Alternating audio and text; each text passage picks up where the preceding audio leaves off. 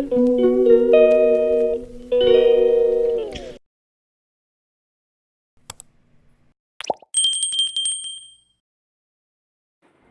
সকাল বন্ধুরা, আশা করি সবাই ভালো আছেন। আমিও ভালো আছি।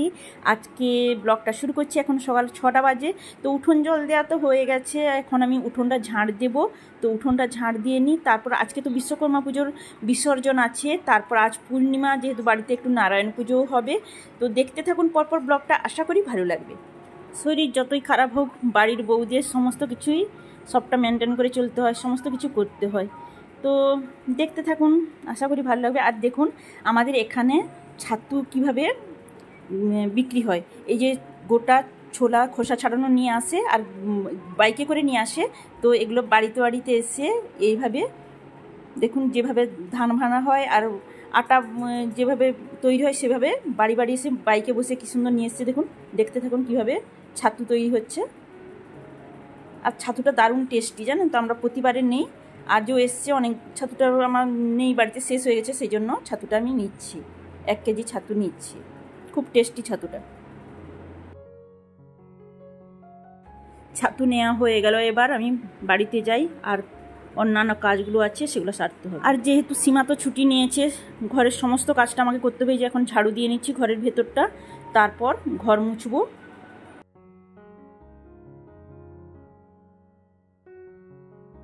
শরীর খারাপ হলেও কিছু করার নেই, ছুটে দৌড়ে সবটা আমাকে করতে হচ্ছে। ছেলে তো এক্সাম চলছে, হাফ ইয়ারলি এক্সাম, ও স্কুলে চলে গেছে। আবার মেয়েও স্কুলে বেরিয়ে যাবে। এবার ঠাকুরমশাই এসে পৌঁছবেন, সমস্ত কিছুটা আমাকে একা সামলে কীভাবে আমাকে করতে হচ্ছে, যেন নাকের জল চোখের জল অবস্থা আমার হয়ে যাচ্ছে। দেখতে থাকুন ব্লগটা। আর এখন চলে আসলাম ঠাকুর ঘরের বাসি কাজগুলো করতে হবে। আর কত বাসন কোসন, যে পুজোর বাসন কোসন কত, দেখুন সমস্ত কিছু মাঝামাঝি করতে হবে। যতই ঠান্ডা লাগুক আর যাই করুক, সমস্ত কিছু আমাকে মাঝামাঝি। বাসনপত্র সমস্ত মাঝামাঝি আমার হয়ে গেছে। আর বাড়িতে যে সমস্ত ফুলগুলো ফোটে সেগুলো তুলেছি, খুব বেশি না হলে তুলেছি।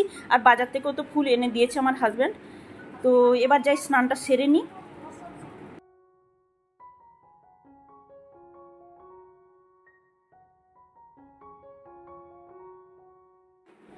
তাড়াহুড়ো করে কোনোরকম গেলাম বাথরুমে। তো স্নানটা করছি, ঠাকুরমশাই পৌঁছেছেন এদিকে। বাড়িতে কেউ নেই, মেয়েও স্কুলে চলে গেছে। মেয়ের যেহেতু স্কুলে প্র্যাকটিক্যাল আছে, যেতেই হবে। আর ছেলের তো এক্সাম চলছে। আর কোনোরকম ড্রেসটা চেঞ্জ করে এসে চুলটা আঁচড়ে সিঁদুরটা পরে নিয়েছি। আর বাড়ির ঠাকুর পুজোটাও এই সময় গিয়ে তাড়াহুড়ো করে সেরে নিতে হবে। আর ঠাকুরমশাই তো বসে আছেন, গুছিয়ে নিচ্ছেন সব কিছু। তো পুজোটা সেরে আমি চলে আসলাম। এখানে আমাকেই সংকল্প হতে হবে নারায়ণ পুজোর জন্য। তো এখানে চন্দনটা আমি ঘুরে নিচ্ছি একটু। যতই কষ্ট হোক, বাড়িতে একটু পুজো করলে মনে একটু শান্তি হয়, সেই জন্যই পুজোটা করা। জানি ভীষণ কষ্ট হচ্ছে আমাকে, ভীষণ মানে কি বলবো, সেটা বলে বোঝানো যাবে না। আমার ঠাকুরমশাই দেখছেন আমার পরিস্থিতিটা, কি কষ্ট হচ্ছে আমার, মানে কিভাবে তাড়াহুড়ো করে সবটা আমি মেনটেন করছি। ছেলে মেয়ে কাছে থাকলে কি হয় বলুন তো, এটা ওটা যে দরকার কাছে হাতের কাছে এনে দেওয়া, ওগুলো হেল্প করে। কিন্তু কিছু তো করার নেই, ওদের যে যার পড়াশোনা সেসব তো আগে। তো একটু একটু করে ফল কেটে নিয়েছি, মিষ্টান্ন তো দেওয়া হয়েছে। আর সিন্নির হাঁড়িটাও সিন্নিটা মাখিয়ে নিয়েছি। আর সিন্নির হাঁড়িটা বসানোর জন্য যে একটা পিঁড়ি থাকে না, সেই পিঁড়িটা আনা হয়নি, সেই জন্য গামলাইতে করে বসিয়ে দিয়েছি। তো পুজোটা সুষ্ঠুভাবে এবার সম্পন্ন হোক। এই ছেলে বাড়ি চলে এলো, ওর এক্সাম হচ্ছে, এই জন্য 1টার সময় চলে এলো, না হলে তো আসে 3টার সময়। তো পুজোটা হচ্ছে এখন।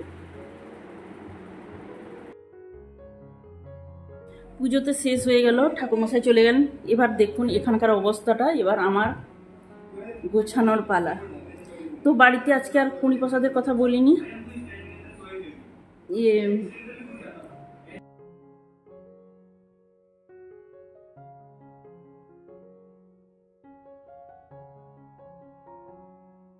আজকে আর প্রসাদের কুড়ি আনার কথা বলিনি। তো ভাত একটু বসিয়ে দিয়েছি, সেদ্ধ ভাত, আলু ভাতে ভাত বসিয়ে দিয়েছি। ঘি লেবু এই দিয়ে আমরা খেয়ে নেব। তো এখন আমার হাজব্যান্ড আসছেনি, আমার ছেলে যেহেতু এক্সাম হচ্ছে, ও চলে এসছে 1টার সময়। তো আমি একটু টিফিন করি হালকা করে কিছু।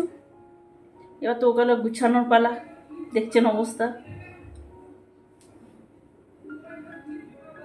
কিছুটা গুছিয়ে পরিষ্কার করলাম। আর আজকে বিকেলেই ঠাকুরটা বিসর্জন দিয়ে আসবে আমার হাজব্যান্ড আর ছেলে গিয়ে।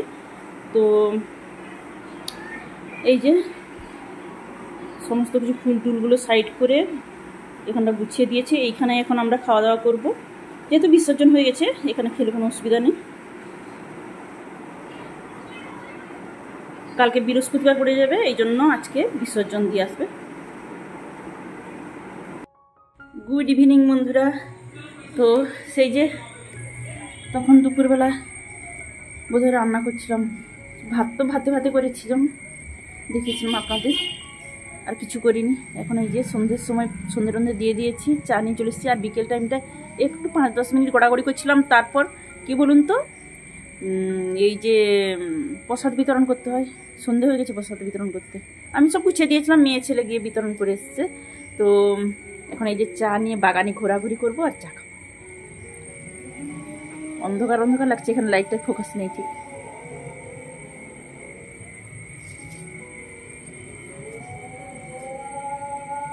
আর চাঁদ মামাটা দেখুন, আজকে পূর্ণিমা তো দেখাচ্ছে আপনাদের।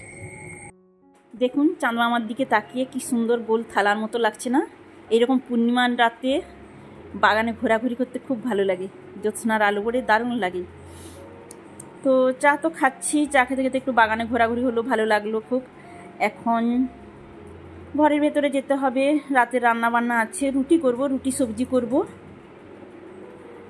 আর মিষ্টি আছে, এই দিয়ে খাওয়া হবে। আর সিন্নি প্রসাদও আছে, যে একটু খাবে এখনও খেয়ে নিবে। আমি তো খেয়ে নিয়েছি, আমার হাজব্যান্ডও খেয়েছে, আরও একটু আছে, কেউ যদি খেতে চায় খাবে। তো চলুন ঘরে যাই এবার।